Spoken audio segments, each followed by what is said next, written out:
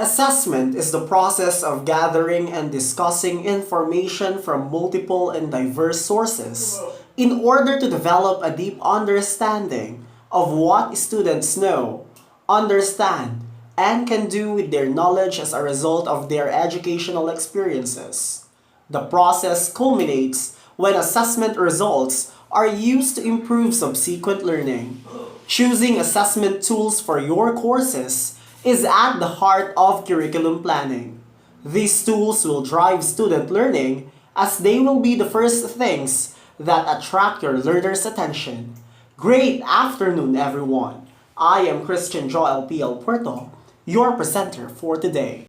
But before we move forward, I'll enumerate first the lesson's intended learning outcomes. At the end of the lesson, the student should be able to identify the four considerations to examine in deciding appropriate assessment tools. Second, determine the two major issues in choosing an assessment tool.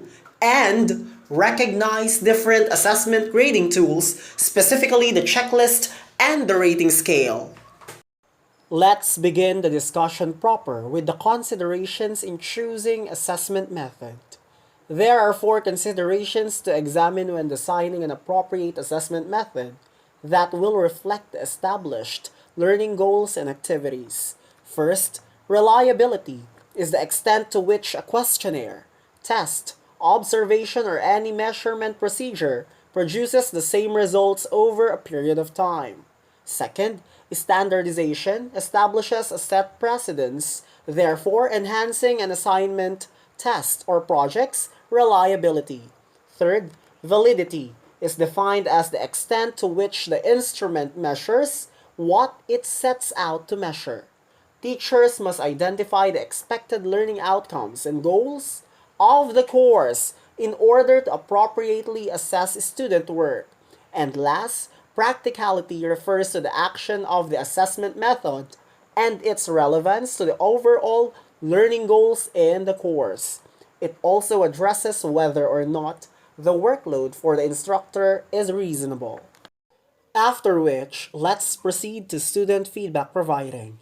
Learners want feedback on how they are doing throughout the term. Without timely feedback, learners cannot go forward in a focused manner to achieve success in meeting the course outcomes. Learners want to know that you will provide feedback, but also that it will be timely following the assessment. Student feedback should also be made available in an easy to retrieve format. Once faculty settle on learning outcomes and hopefully use curriculum mapping to understand which outcomes need attention, the next step is to select tools to assess students' achievement in the target outcomes. As practitioners note, the selection of tools involves a trade-off between the ability to obtain detailed information and the need to keep the process feasible and manageable. For this reason, programs should use multiple assessment tools to overcome the disadvantage of a single tool. With that being said, there are two major issues to consider when choosing an assessment tool. Assessment tools can generally be placed in two categories: direct and indirect measures. Both direct and indirect measures have their place in assessment as they form together an important holistic impression of student learning. Let's dig deeper and understand further the two methods by instigating them one by one, beginning with direct methods. Direct methods are those in which the outputs of student work are evaluated in relation to the program's learning goals. Meaning to say, it involves looking at actual samples produced by the students outlined in the program's syllabus. Examples: number one, capstone course, that is synonymous with culmination project or senior theses that have multiple components, including oral and written deliverables. Students may work on their project for the duration of the semester. Second, course-embedded assessment, that are methods of assessing student learning within the classroom environment, using course goals, objectives, and content to gauge the extent of learning that is taking place. Third, standardized tests that are designed in such a way that the questions and interpretations are consistent and are administered and scored in a predetermined standard manner. Fourth, locally developed tests or faculty's own internal test.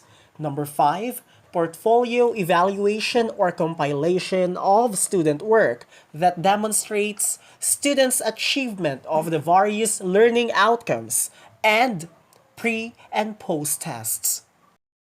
Indirect methods, on the other hand, are based on the perceptions of students, alumni, employers, and other outside agents rather than on student academic performance.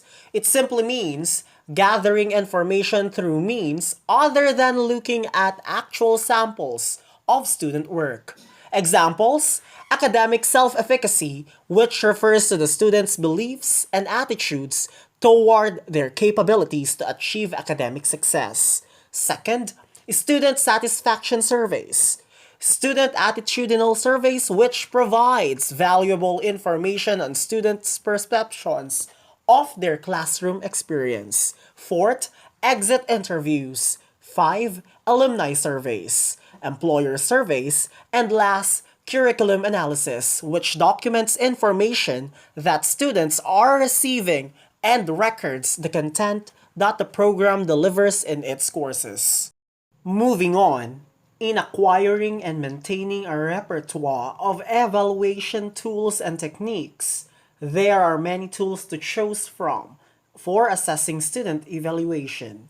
Tools includes checklists, rating scales, rubrics, portfolios, exams, and peer evaluations.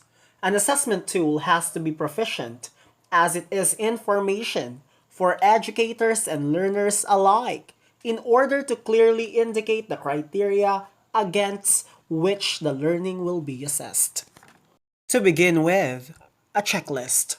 Checklist is the simplest type of scoring that looks for the presence or absence of particular items by putting a check mark or any other symbols designated by the instructor in assessing students' performances and output.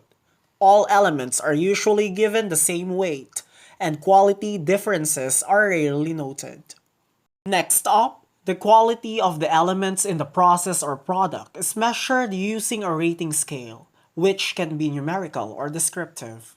Unlike checklists, rating scales allow you to assign or designate quality from strongly agree to strongly disagree or a score ranging from 1 to 5 or whatsoever to a specific process or product characteristics. And so, conducting peer and self-assessment helps students reflect on their learning throughout the course of an academic term or year, giving them the opportunity to measure their performance and skill level. Self-assessment is used for reflection and documentation of the learner's growth. Again, this is Christian Joel Pascual Porto telling you to stay safe as always. Have a great day ahead.